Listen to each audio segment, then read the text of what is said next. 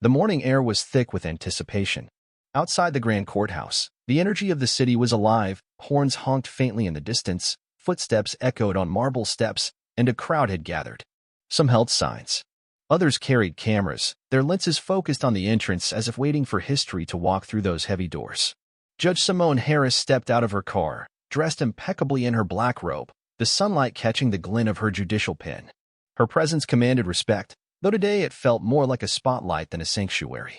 The protesters were there, voices soft but determined, chanting for justice and reform, their energy mixing with the curious hum of the press. Reporters jostled for the best angles, microphones extended like long fingers searching for answers. Simone took a deep breath. This wasn't her first day on the bench, but it was perhaps the most charged. As she ascended the steps, her gaze met the sea of faces, some supportive, others skeptical, many simply watching.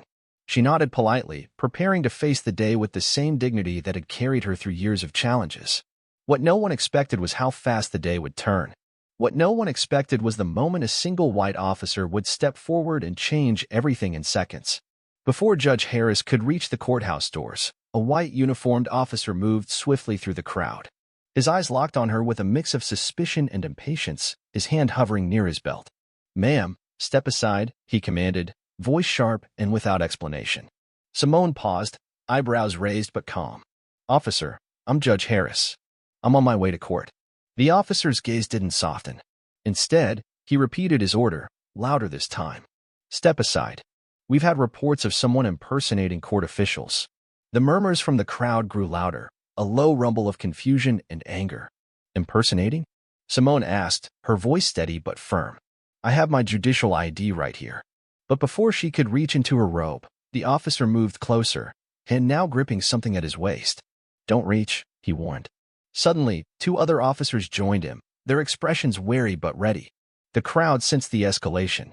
Cameras shifted rapidly, capturing every tense movement. Without warning, the officer grasped Simone's wrist, twisting it behind her back. The sound of handcuffs clicking was loud enough to drown out the rising shouts. Simone's jaw tightened, but she didn't resist. She glanced over her shoulder, meeting the eyes of the angry crowd. Faces filled with disbelief, some shouting protests, others holding up phones to record the scene unfolding. The moment had shattered the morning's fragile calm. The sound of the handcuffs clicking echoed sharply, cutting through the growing uproar. Judge Harris, now restrained, stood firm, her posture unwavering despite the humiliation. Around her, the crowd erupted. Shouts turned into cries of outrage.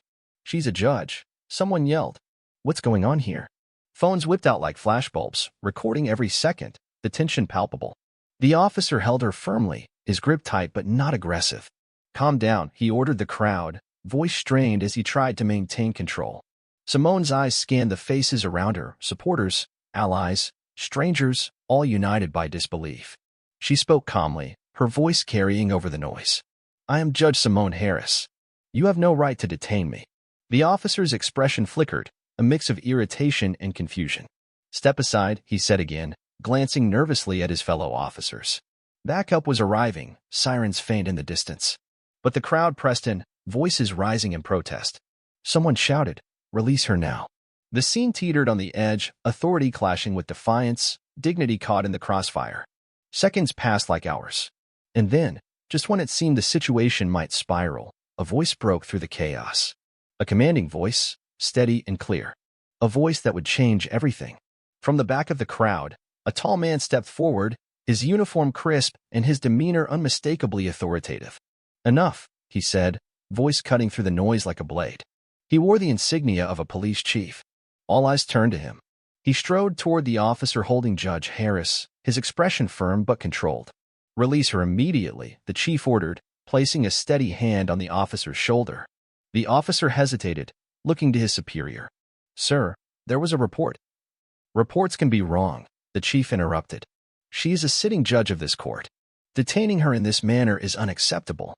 The handcuffs were unlocked swiftly, falling to the ground with a clink that felt like a small victory. Judge Harris rubbed her wrists, taking a breath. The crowd's shouts softened into murmurs, some cheering quietly, others wiping tears. The officer who had detained her lowered his gaze, embarrassment and regret flickering across his face. The chief turned to the crowd. "We will investigate this incident thoroughly," he promised. Then, stepping aside, he gave Judge Harris a respectful nod.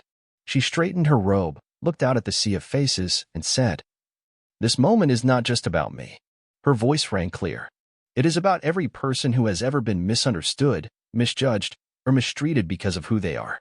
The crowd erupted into applause, not just for her, but for the promise of change. And in that moment, everything shifted. The crowd's energy was electric, charged with relief and righteous fury. Reporters flooded forward, microphones extended like the hands of a sea reaching for a lifeline.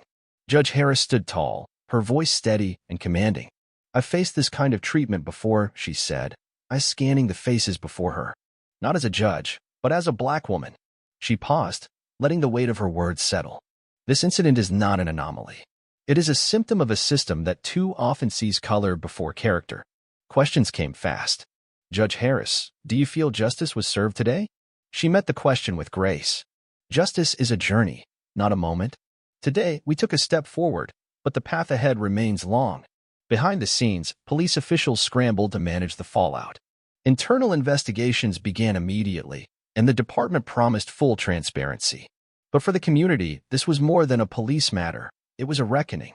Activists called for reform. Community leaders organized forums. And across social media, hashtags like #JusticeForJudgeHarris and #EndRacial Profiling trended. Simone watched the storm unfold with cautious hope. Because while the handcuffs had left bruises, it was the unity that would leave a mark, one that couldn't be erased. The investigation revealed troubling details. The officer who handcuffed Judge Harris had a history of complaints, many ignored or dismissed. His superiors had been warned, but action was slow. When the department finally suspended him, the community saw it as a step, but not the finish line. Judge Harris was invited to speak at the city council. Her words were measured but unyielding. "Accountability is not punishment alone. It is the commitment to prevent this from happening again." Council members nodded, some taking notes.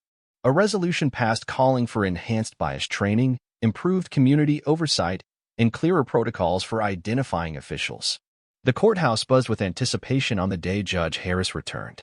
Reporters gathered, hopeful for a sign of progress. She walked in with dignity, the handcuff marks hidden beneath her sleeves but never far from memory. Inside the courtroom, she presided with renewed purpose. Every ruling, every sentence carried the weight of her experience and the promise of a fairer future. Outside, the crowd waited, hopeful, because the woman who had been handcuffed was now a symbol, not of shame, but of strength, a beacon in the fight for justice. News outlets continued to cover the story for weeks. Panels were organized, town halls filled with passionate debates. Judge Harris became a sought-after speaker, not for celebrity, but for her insight. She spoke plainly about the intersections of race and justice, the challenges of authority weighed against prejudice. During one event, a young black woman approached her, trembling. "I want to be a judge someday," she said. "But sometimes I wonder if people will see me as more than my skin." Judge Harris smiled gently. "Then show them who you are. Let your work speak. But never forget who you are." That advice resonated deeply. Because change, she said, begins with presence, with courage, with those willing to stand, even when misunderstood.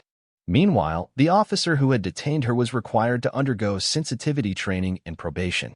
He publicly apologized, though many questioned its sincerity. For Judge Harris, the apology was secondary.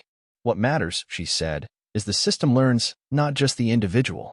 Her fight extended beyond one officer. It reached into policies, cultures, and hearts. And as she walked the courthouse steps once more, the crowd cheered, not just for the judge, but for what she represented. Hope, resilience, and the relentless pursuit of justice. Months later, Judge Harris returned to the same spot outside the courthouse. The memory of handcuffs still lingered in her mind, but the space felt different. The city had changed slowly, but unmistakably. New officers patrolled with renewed focus on community engagement. Programs were launched to bridge gaps between law enforcement and residents. And at local schools, students learned about the incident not as a moment of shame, but as a catalyst for dialogue. Jacqueline walked the plaza with quiet confidence. She stopped to speak with a group of teenagers discussing justice and reform. Their eyes shone with the promise of a future shaped by awareness. She smiled, knowing that the fight was far from over, but hopeful in the power of collective action. Because change is a journey built not on single moments, but on the courage to keep moving forward. And Judge Simone Harris was leading the way. The day the handcuff incident went viral, it sparked national outrage. Social media exploded with hashtags demanding justice and accountability. Journalists dug into the officer's history, uncovering a pattern of racial profiling complaints that had long been ignored. Civil rights organizations rallied, calling for systemic reforms and increased transparency. Judge Harris received messages from colleagues and strangers alike, expressing support and sharing their own experiences of discrimination. She recognized that her personal ordeal had become a beacon for many, not by choice, but by necessity. Because sometimes, the weight of one story can carry the hopes of many. She began collaborating with advocacy groups to develop training programs aimed at reducing bias in law enforcement. Her legal expertise and personal experience gave her a powerful voice in the push for change. With every speech, every meeting, every policy proposal, Judge Harris worked to ensure that no one else would have to face what she did. The path was long and fraught with resistance, but she was undeterred. Her commitment was clear: to build a justice system that truly serves all. In the months following the incident, Judge Harris became a fixture in the movement for police reform. Her courtroom was not just a place of judgment, but a platform for advocacy. She presided over cases with a renewed sensitivity, aware of the systemic issues that too often went unseen. Law schools invited her to lecture, where she challenged future lawyers to confront their own biases. She spoke candidly about the balance between authority and empathy. And she never hesitated to share her own story, not as a victim, but as a catalyst for change. Meanwhile, the police department faced mounting pressure. New protocols were implemented, emphasizing de-escalation and respect for constitutional rights. Community oversight boards gained more power and independence. Judge Harris was appointed as a liaison between the courts and law enforcement, bridging gaps that had long divided them. Though the journey was difficult, progress was palpable. Each day, she saw the slow but steady impact of her efforts reflected in courtroom dynamics and police interactions. Her handcuff incident was no longer just a painful memory. It had become a turning point, one that reminded everyone justice must be defended, even when it comes for those who embody it. The public response to Judge Harris's story transformed the conversation around race and justice nationwide. Panels, forums, and community dialogues began to incorporate her experience as a case study on implicit bias and systemic failure. She worked closely with legislators drafting bills aimed at improving police accountability and enhancing training on racial sensitivity. Her voice carried weight not only because of her position, but because she had lived the reality many feared to confront. In the courtroom, colleagues respected her for her professionalism and resilience. Among community members, she became a symbol of hope and strength. But behind the public figure was a woman who grappled privately with the trauma of that day. She attended therapy sessions, spoke openly about her fears, and leaned on her family for support. Her husband stood beside her, unwavering. Together, they navigated the complicated terrain of healing and advocacy. Her story was not just about what happened on those steps. It was about what could rise from that moment. The possibility of a justice system reimagined. One where dignity and respect are not privileges, but rights. And where no judge, or any citizen, would ever be handcuffed by prejudice again. One crisp morning, Judge Harris returned to the very courthouse steps where the incident occurred. The crowd gathered again, this time in support. Community leaders, activists, students, and families stood shoulder to shoulder. Some held signs reading, "Justice for Judge Harris," and "Racial Profiling," and "Respect the Badge and the Person." As she descended the stairs, cameras flashed, but this time with smiles and cheers. She paused at the bottom step, looking out at the sea of faces, no longer strangers, but allies. In her hand, she held a folded piece of paper, a speech she had prepared but chose not to read. Instead, she spoke from the heart. "We gather here not to relive pain, but to celebrate resilience. To honor the power of standing tall in the face of injustice. And to commit ourselves to justice that sees beyond skin color, to a community united in respect and understanding." The crowd erupted, voices lifting in unison. Simone Harris smiled softly. This was more than a moment. It was a movement, and she was proud to lead it. Following the public outcry, the city council moved swiftly. They passed legislation requiring police officers to complete enhanced racial bias training every 6 months. Independent civilian review boards were empowered to investigate complaints with full access to evidence. Judge Harris was appointed as an advisor to the new Oversight Committee. Her insight proved invaluable, bridging the divide between law enforcement and the communities they serve. She also worked tirelessly to mentor young Black law students and aspiring judges, encouraging them to pursue justice with courage and integrity. In classrooms and community centers, her story was shared as a testament to resilience and the ongoing struggle for equality. Yet, Judge Harris remained humble. She often reminded those around her, "This is not about me. It's about the system we must all work to change." Her handcuff incident became a catalyst, a spark that ignited conversations, reforms, and hope. And while challenges remained, her unwavering dedication continued to inspire change across the city and beyond. Her journey was a reminder that even in moments of injustice, the seeds of transformation could take root. Months turned into years. Judge Harris's influence grew, not just within the courtroom, but across the nation. She was invited to testify before congressional committees, sharing firsthand the dangers of racial profiling and the need for systemic reform. Her advocacy helped secure funding for community policing initiatives and expanded legal protections for citizens. Despite her busy schedule, she made time for grassroots efforts, visiting neighborhoods, speaking at schools, and engaging with youth programs. Her message was clear. Justice isn't a title or a robe. It's a commitment to fairness, empathy, and accountability. She carried that message back into her courtroom each day, where every case, every verdict, was infused with the lessons learned from that fateful morning.